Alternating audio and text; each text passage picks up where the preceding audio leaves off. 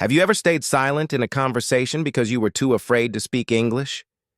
Your mind knows the words, but your mouth just won't say them.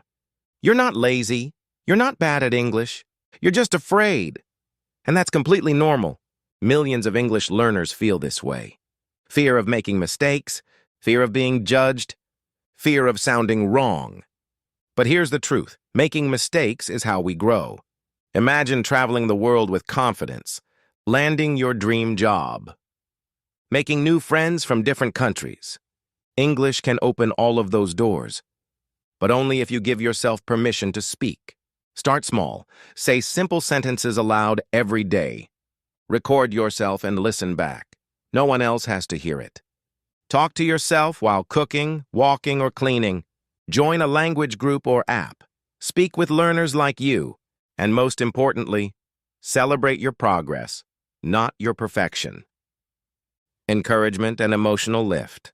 Remember, fluent English isn't the goal. Confident English is. And confidence doesn't come first. It comes after you take action. Even if your voice shakes, speak. Even if you forget a word, keep going. You are learning, you are improving, you are brave.